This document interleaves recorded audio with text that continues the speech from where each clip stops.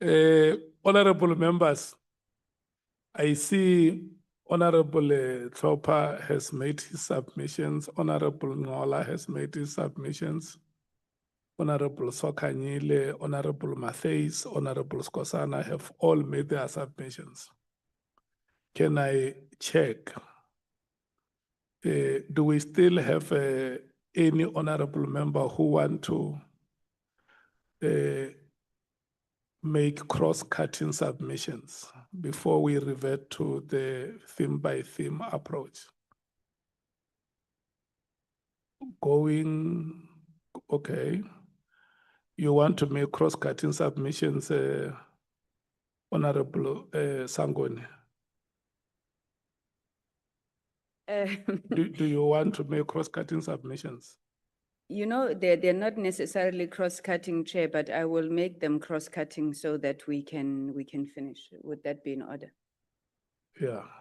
The reason why I want to ascertain before you speak is so that you are not seen to be enjoying more rights than others. I haven't spoken. Okay, I'll come to the. Okay, I'll make them cross-cutting, Okay. Chair. Thank you so much. And then, okay, let me determine the order of speakers. Honorable Mngongo, are you ready after her, or you will need some time? No, good afternoon, Honorable Chairperson and Honorable colleagues. I would need some time to get myself ready, Honorable Okay. Chairperson. Honorable Breitenbach, are you coming to speak? Chair, I'm so tired of listening to everybody else speak. I was largely covered by Honorable Klopper. If I need something, I'll wrap up at the end. But Okay. Honorable Cameron. Now, let me give you time to finish what you are doing, and then you will let me know. Okay. Chief Whip. No, Chair, it's the same for me as with the Honorable Breitenbach. Okay. So it means Honorable Mwango, we will check with Honorable Sols when he comes back. And then it means it will be him, and then you will be the last. And in case he's not here, we are going to close. Okay, Honorable Sangoni, this is your time now. Thank you. Thank you very much, Honorable Chairperson. I think I'll be very brief. I promise you nothing like Honorable Skosan. Chair, let me thank you, you know, for having steered this process until where we are now, and to also just echo appreciation to the team for the work that they've put in.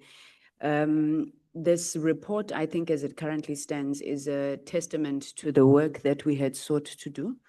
As the African National Congress, we don't believe it's perfect, but we think that in a large part, it fulfills the mandate that we had to ensure that where governance failures are identified, where there are allegations that have been put forward and so forth, those are thoroughly investigated. And I think taken together with the Madlanga Commission, we don't necessarily believe that, you know, it's a weakness that there were parallel processes, but that it has strengthened what we believe Parliament and the President would have sought to do, which is to really open an avenue for South Africans to engage on the challenges that are there within the criminal justice system, but beyond that, to look at what solutions from a reform perspective can come through, but also in terms of the prosecutions that we are seeing.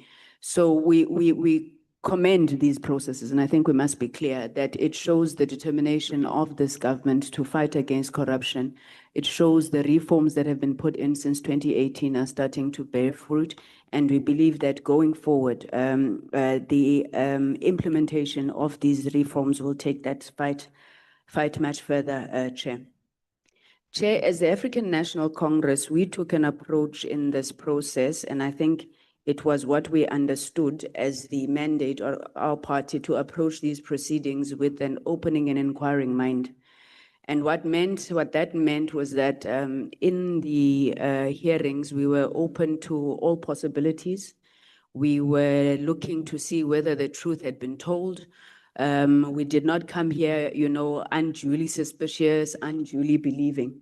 And I do want to put it on record, Chair, that I think from the recommendations, referrals and findings that our colleagues in the ANC have made, you will see that we have lived up to exactly that commitment and posture.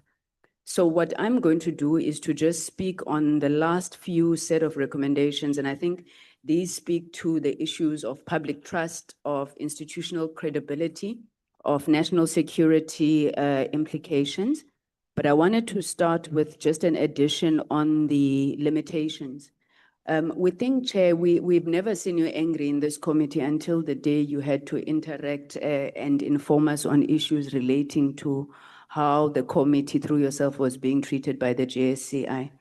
And we think that that was a major limitation on the work of this committee, as we never got to ultimately engage then with what the now suspended IGI had wanted to put before the committee. So we think that that must be raised.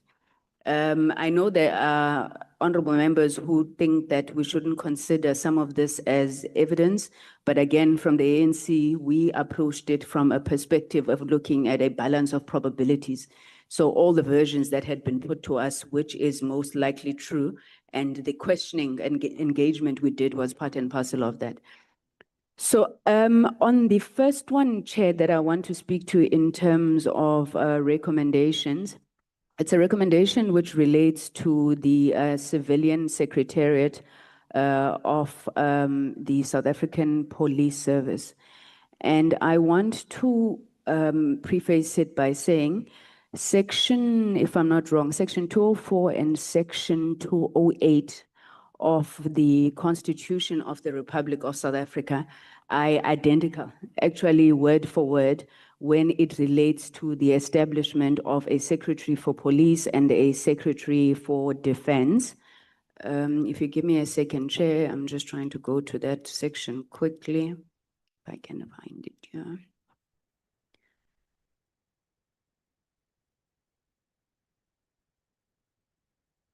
Okay, so the section in the Constitution speaks to the establishment. Okay, I can't find the exact section. It speaks to the establishment of a secretary for police and a secretary for defense, exact same wording in the Constitution. Now, what the Defense Force has done is that in accordance to what they understand to be civil military obedience, the Defense Force went to establish a secretary for defense who is the accounting officer of the SANDF.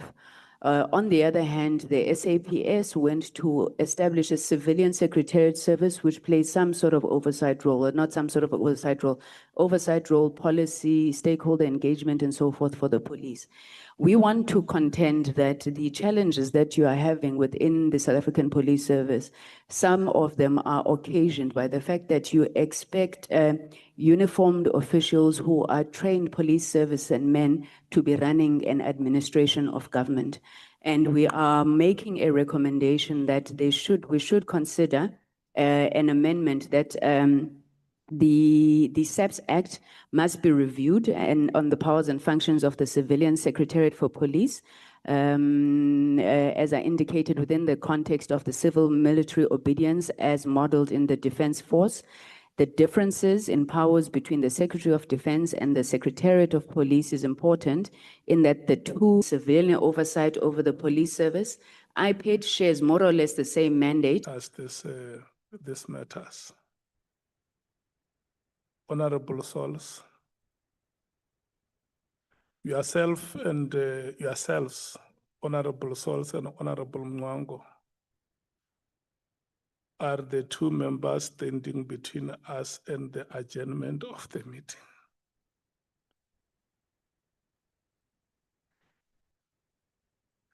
So Honorable Mwango has requested that we take you before him so that the input and the comments that you make can also help him to settle.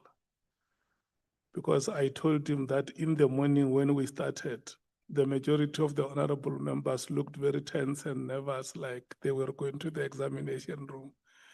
And that happens to be infectious on his part. So he also wants to settle.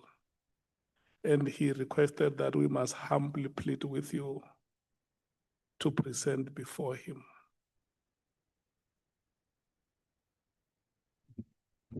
Chair, I have never made it a habit to say no to you. Yeah. And I know that you can still do that, but this time you are going to do it without being paused. If you want to start with theme 3, you will alert us to say, I'm starting with theme 3, and then you present and say, Chair, I'm now done with theme 3, I'm going to theme 4. Or if you want to just start it and finish it as a cross-cutting presentation, you are also allowed. The ball is in your court. Chairperson, I note your implicit instruction and I'll even submit to that one. Okay. And just for clarity, it is at this point that at the end I can provide my input on the Yes, issue yes. of the recommendation. You may no longer have any other opportunity, so use the opportunity that you have maximally. Thank you, Chairperson. All right, so I think I'll start at theme 4. Just a moment, Honorable Mathis, you were not here when Honorable Skosana was making a presentation.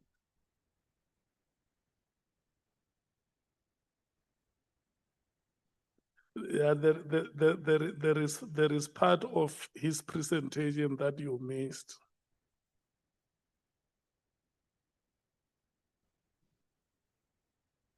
Yeah.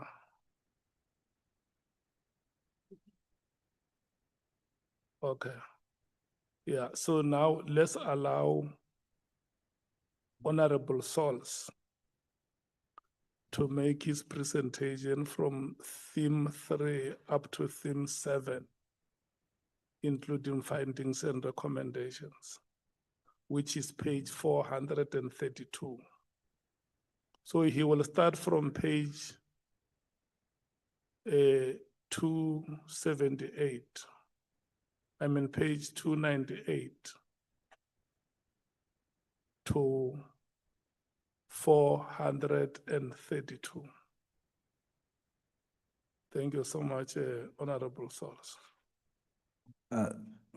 Thank you, Chair. I want to just reiterate, firstly, that our approach to ensure that as a committee, we do not come across as having chosen a side. My commitment is to ensure that we treat all the evidence fairly and we make such submissions. So I want to debunk the notion immediately that there is no one here that wants to discredit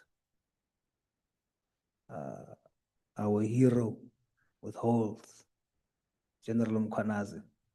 No one wants to do that here. Our job is to submit our findings and having heard all sides. So that is my commitment. And the report here seems to be creating an imbalance, and I am going to attempt in my time to try and bring that balance so that we have both sides properly reflected. Theme number 3. So the structural fragmentation and communication failures between the provincial commands, specialized units, and the national oversight bodies. I propose the following findings. That we state that we found a severe breakdown in lateral communication that exists between the KwaZulu-Natal Provincial Command and the National Crime Intelligence. This lack of integration resulted in specialized operations being handled within institutional silos, directly degrading operational efficiency and fostering mutual suspicion.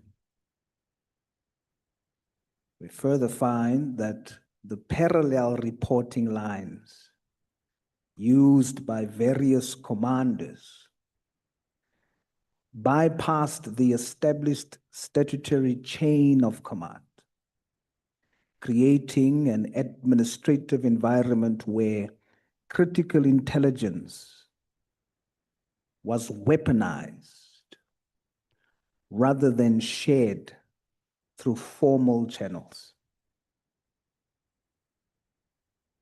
Our recommendations on that front: we recommend that the National Commissioner must issue a binding directive mandating the creation of a joint operational coordination protocol.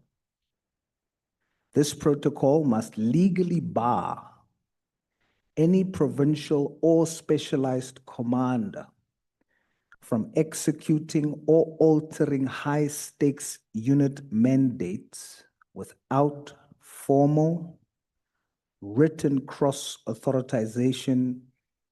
authorization from both national and provincial structures. Theme 4, the integrity of the systems and evidence validation and accountable witness standards. Here, of course, our focus zooms into the vetting framework, the forensic data reliability, and holding all leadership, including General Mkhwanazi, to uniform standards of truthfulness. Everyone must be treated equally. The committee, I propose, should find that the integrity systems within SAP's command structures failed significantly when senior leadership acted upon and publicized unverified, flawed forensic data. We have already mentioned the other witnesses that has done so, but this report has intentionally neglected that the same happened with our hero, General Mkhwanazi, where with the formal retraction of his explosive allegation that Mr. Matlala made illicit payments to former Minister Becky Cele, that in itself, stated under oath, reveals a profound failure in basic investigative verification. And just like we do with other witnesses, that basic investigative verification failure should be mentioned as something that compromises the operations of the South African Police Service. And of course, the only reason why I'm not mentioning the other witnesses is because they are already mentioned, and there's already a zooming into the failures on their side. I'm just trying to create the balance. Further find that relying on misidentification of cell phone numbers to level career-ending corruption charges against executive figures demonstrates an unacceptable evidentiary gap within SAPS. Acted upon prematurely, these unverified claims caused severe reputational damage and actively destabilized the institutional governance and operations of SAPS. Further finding, to achieve complete balance, the committee should look at the proposition of a finding that the report must cross-examine the nature of General Mkhwanazi's own record, hotel meetings with Mr. Ket Matlala, or meeting, we only know of one meeting, just as the report rigorously tests the integrity of,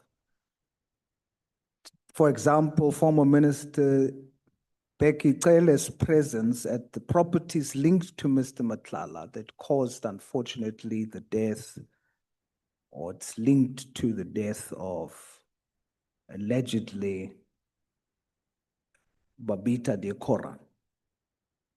In the same way that that links are tested, so also it must apply an identical standard of scrutiny to the presence of General Mkhwanazi at the hotel meeting with Ket Matlala, to determine whether his provincial command was compromised by a conflict of interest or an allegedly corrupt relationship. So here's the recommendations. It is recommended that the Minister of Police initiate an independent administrative review into the conduct of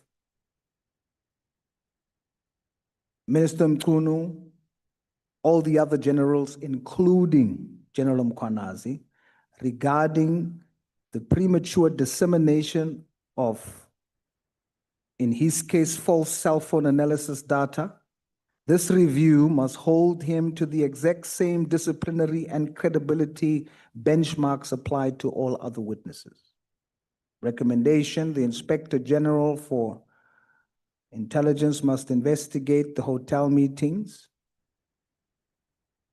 to establish a definitive, publicly transparent finding on whether any conflict of interest occurred, ensuring that rank does not shield any official from accountability. Theme 5, we zoom into the focus of allegations of corrupted supply chain management and the operational impact of executive proximity to state contractors.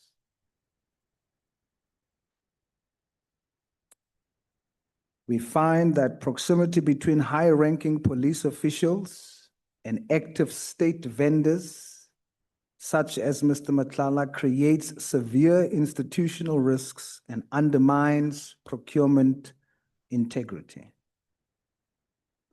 A recommendation there, National Treasury, we recommend that National Treasury must assume a supervisory role over all high-value SAPS security, if they are not already doing so. SAP security, technology, and specialized unit procurement processes to prevent any perception of executive or provincial command manipulation. Theme 6, we zoom in the continuity of specialized investigative units amid administrative restructuring and leadership conflicts. We must find that the operational effectiveness of specialized units, including border protection and political killing investigations, was severely compromised by the internal civil war within SAP's top-ranking leadership that in our sessions was dubbed informally as the Zulu War. The unilateral withdrawal and relocation of 121 active case dockets from KwaZulu-Natal to Pretoria, driven by internal distrust and allegations that were later retracted, stalled critical prosecutions, and degraded provincial policing operations. Recommendations: the National Commissioner must enforce a mandatory docket security protocol. No active investigative files may be removed from their local jurisdictions based on unverified analytical data or personal leadership disputes. Theme 7. Here, of course, we focus on restoring public confidence by ensuring the uniform application of accountability rules across all ranks. The committee finds that public trust in SAPS has been deeply eroded by the spectacle of senior commanders using unverified intelligence to launch mutual accusations of corruption and insubordination against each other. And when we were sitting here, none of them, no general, was willing to state for the record either one of the other that they alleged against is corrupt. That was frustrating to me, because if you make the allegation, all of them must come and say, I say this one is corrupt because this, that, and the other. But none of them did so. So that affected the public trust.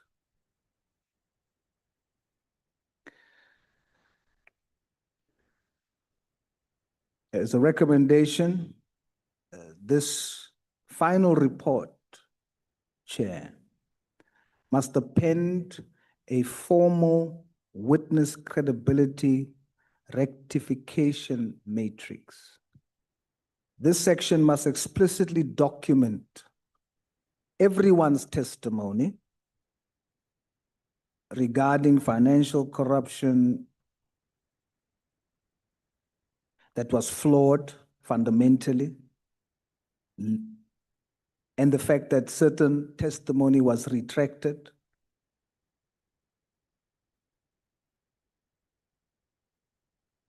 His own and that of others, the interactions with figures of interest require identical forensic scrutiny to ensure the rule of law is applied equally across SAPS.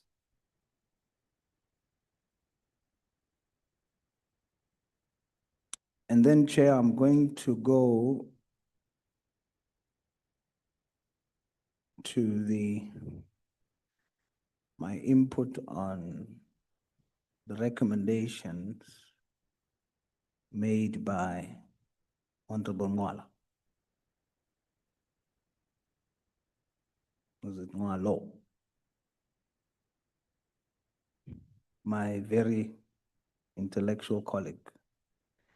I seek to disagree with him on those recommendations that he made, that Honorable Adams, that we must recommend that Honorable Adams and Patricia Mashale, Honorable Adams must be sent to ethics, and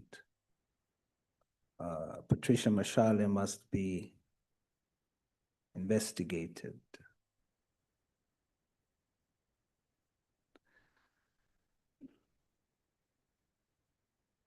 I feel that this is a blatant attempt to penalize an official for refusing to complicitly participate in a compromised system. The narrative that Honorable Adams acted in bad faith by not surrendering the documents that he had, or the case where he opened up the cases,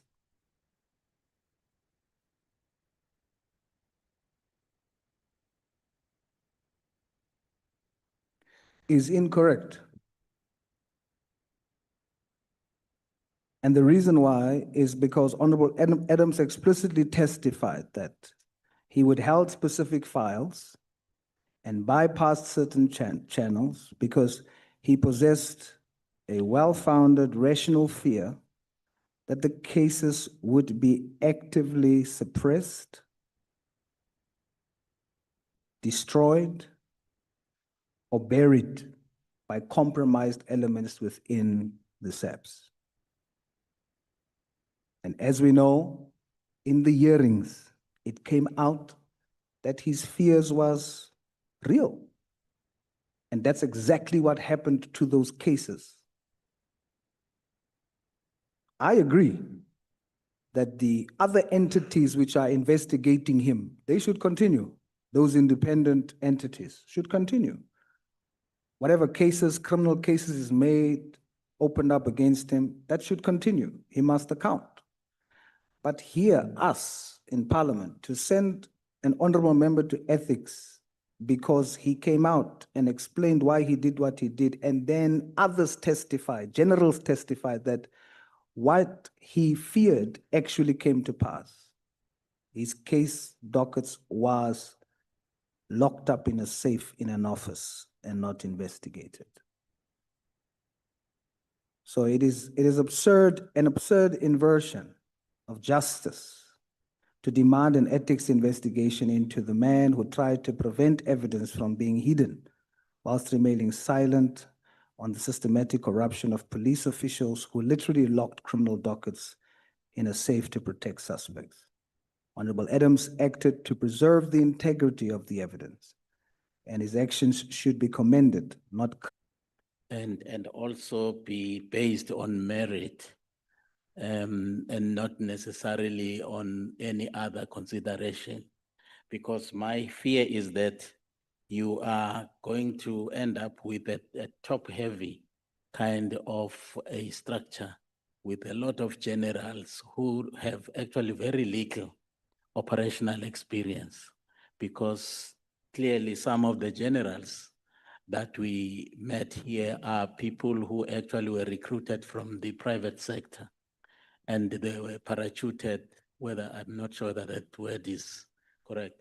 They were promoted into or translated into brigadiers and generals, and when they have not actually even seen a docket, and then they end up being divisional commissioners, that's a serious, responsibility. So I would imagine that it would be necessary at some point to review our ranking or grading system. The vetting, the internal vetting also was a sore spot in our discussion here. And you have very many leaders of the police service who actually have not been vetted. And that has, resulted in disastrous consequences. And the police service has found itself being led by people who should not have actually been there in the first instance, had vetting been properly done.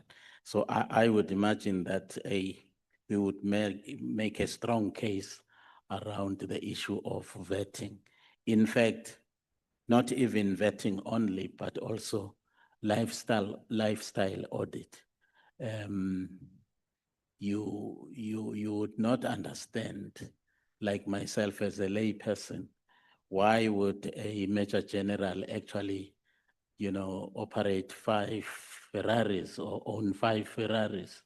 I'm not, I may not be au fait with the salary structures of various categories of ranks in SAPS, but it raises eyebrows when, a senior police officer becomes,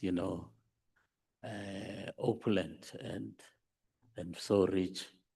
So we would need to get into that as well. The crime intelligence division is a source of, great problems in the operations of the police, and allegedly because of the existence of the secret fund, which is actually located within crime intelligence. One would actually plead for the introduction of some mechanisms in the management of the and utilization of the fund that would actually ensure accountability and effective utilization of that fund. I'm not sure whether one can even add transparency, but now it defeats the purpose because it is secret fund, therefore there can be no transparency. But there has to be some But mechanism. there can be an accountability mechanism. Thank you, Honorable Chairperson. I think if we were to reinforce that, I'm sure we would see lesser and lesser problems emanating from that division. My last point has to do with the role of IDEC. I think that needs to be reviewed because already there are quite a number of entities within SAPS that are focusing on issues of corruption and so on. So one wonders, why do we actually need an entity called IDEC, especially its current role is, because from where I'm seated, I can see that IDEC is being manipulated for some dubious, motives, which have nothing to do with the investigation of corrupt activities and so on. It's now being used, to get at each other. So I would actually, Chairperson, submit that. That's all my submission. Thank you. Thank you so much, Bangazita. Can I check if there is anyone amongst you that I could have missed or who may have a point that they may have a sense of gross injustice if they leave this meeting without having raised it? You are now on the referee's optional time. I'm exercising this benevolence because it's the time of the World Cup. After 90 minutes, you have some 6 or 7 minutes, which is the referee's optional time. We will start with Honorable Breitenbach. I thought we had a deal. You've got no idea how to do a contract. I must teach you. I'm checking with you if you have anything you want to say.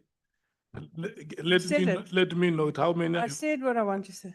Yeah, 3, 2 minutes each. Honorable Ngola. I just need a few seconds, Chair. I just wanted to say, Honorable Ngongo must leave the issues of Ferraris to us. He must focus on Toyota Stallions and Potatoes and the stuff. Thank you. Okay. Honorable Skosana. You heard it, Magazine, that those ones are not for the veterans. The only thing Ngola doesn't know that Mr. Mkhwanazi is a Range Rover. It's not on those things. He's talking Italians. Thank you, Chair.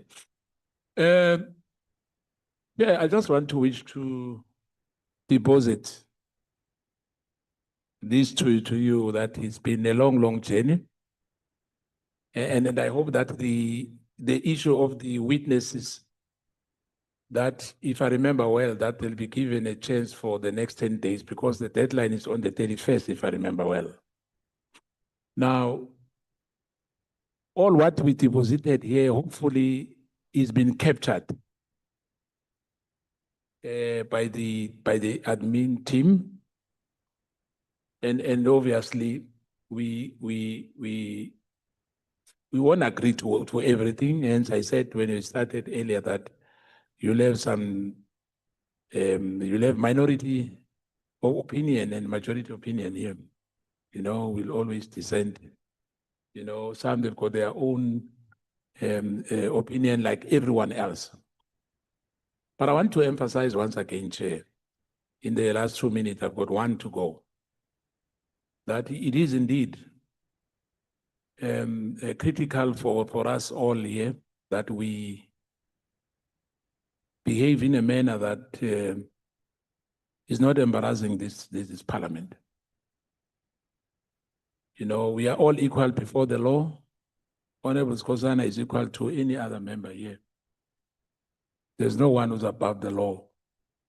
The insinuations about other members, it's normal that, you know, you'll always have to that.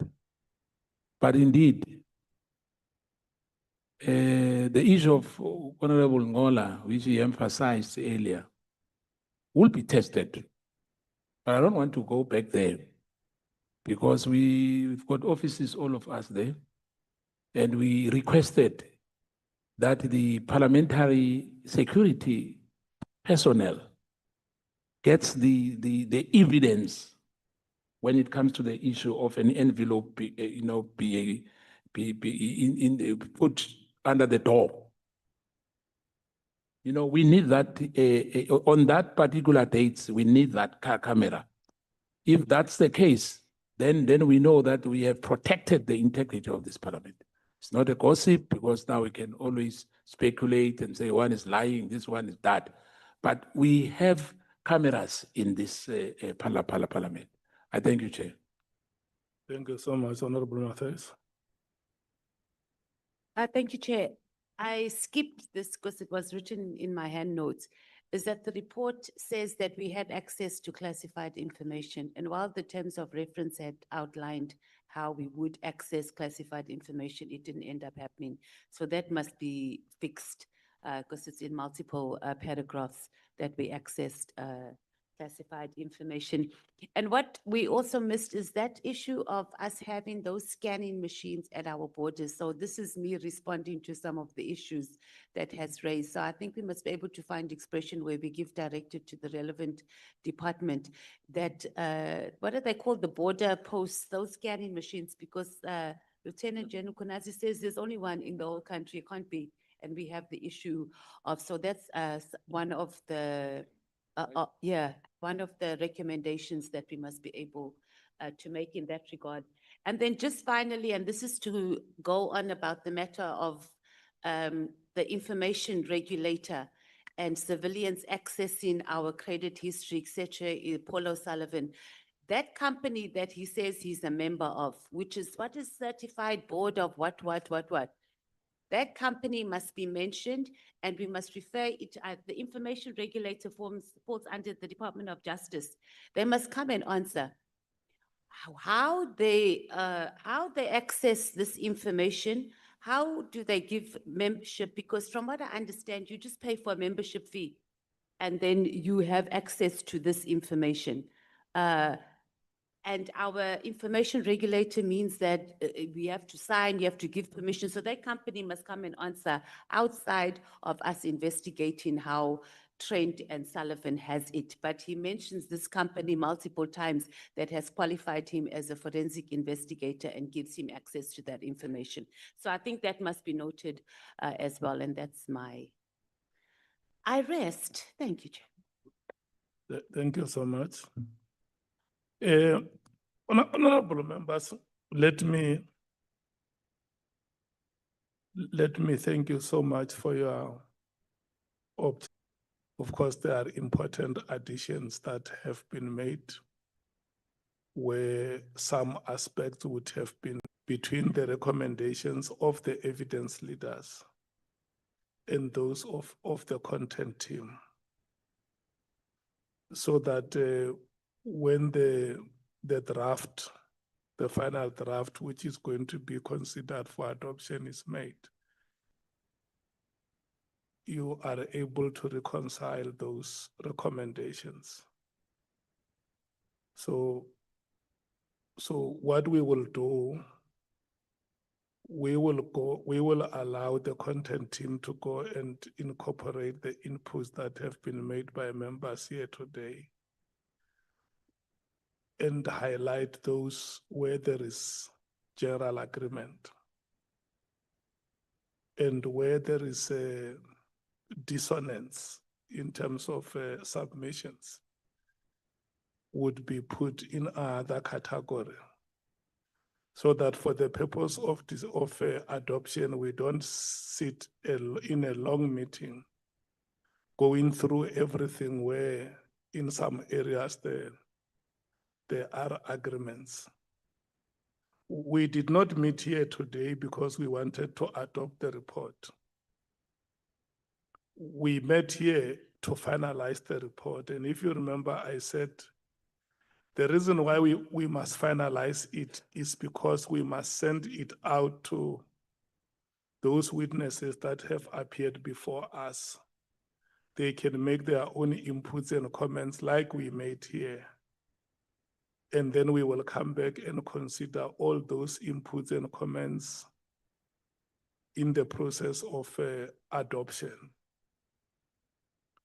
And I want to check with yourselves before we leave here. Is there anything materially significant in the assessment that we have made, not the recommendations? Is there anything materially significant in the assessment and findings which may make it difficult for us to share the report with the witnesses?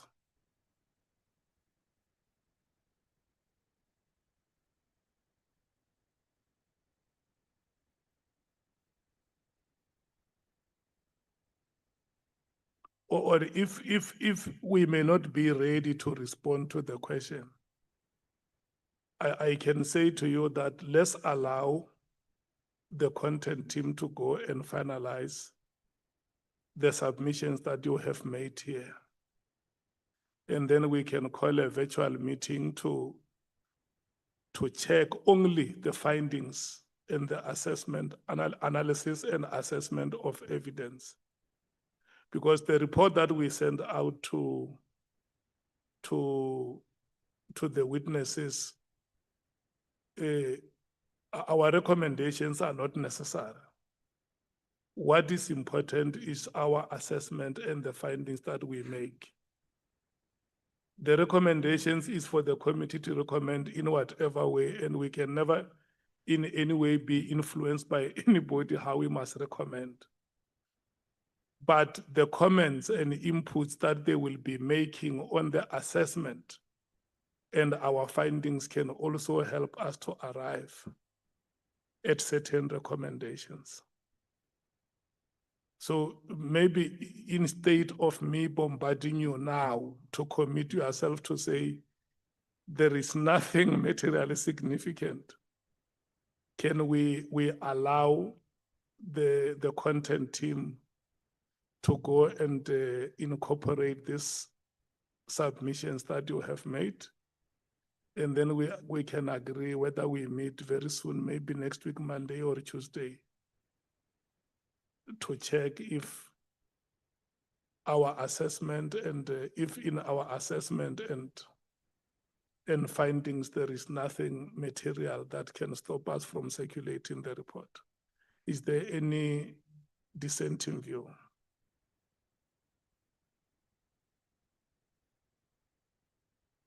Chief Whip? No, Chair, I'm not dissenting. I'm just making an additional point to what you're saying.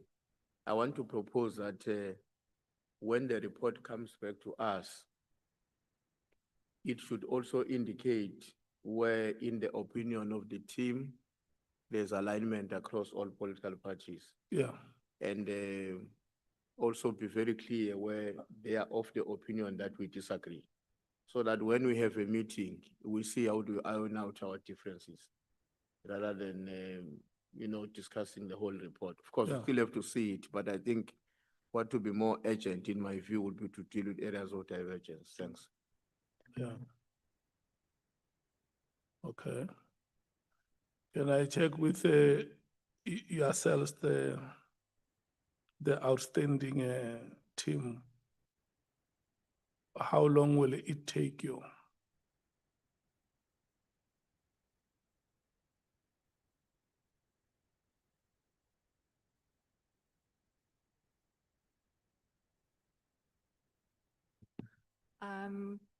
We'll try and have it available for you by Monday. Is that okay? Yeah. So the final draft will be available on Monday. And then Bonani, when are you thinking of calling the meeting?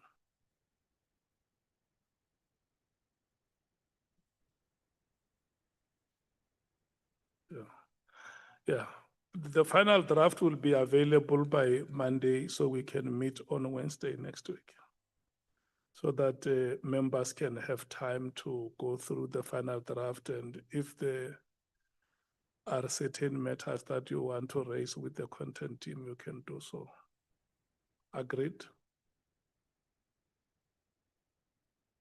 Do members want the meeting to be physical or virtual? What are you doing? Can you motivate why you want? Let me rotate the motivation. We're busy with communities, Chair. We candidate selection, elections.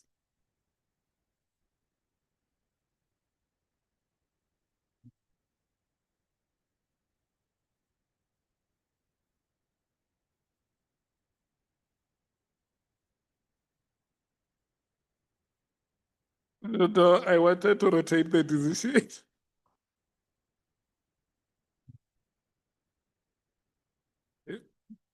No, honorable members, thank you so much. Yes, is there anything you wanted to say, Honorable Matthews, before I thank the members and adjourn the meeting? Yeah, you have to sit when I'm talking. You don't know these things. You can even kneel if you like, Honorable, because I'm joking. Chair, we're not opposed to virtual meetings because, you know, we are all busy. But we must also just be honest with ourselves that we're much more effective when we have physical meetings. But I think we must all just, when we schedule the meeting, that we have good reception, that we are not doing other things so we can move smoothly, because generally our virtual meetings just, yeah, you know how that goes. So let's just make sure that it is so it can just go smoothly. Thank you. Do you also want the adoption to be virtual or physical?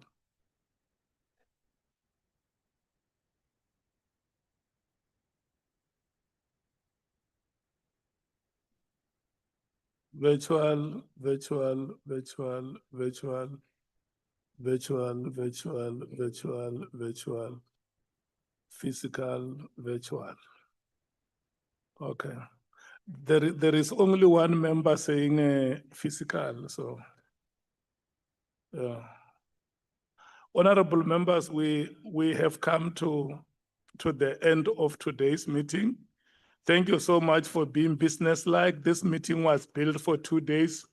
You did it on 1 day. You are the best team to work with.